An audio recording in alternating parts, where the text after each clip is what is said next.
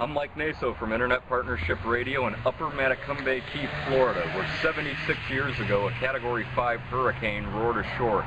This monument contains the remains of over 300 people who perished in this frightening storm.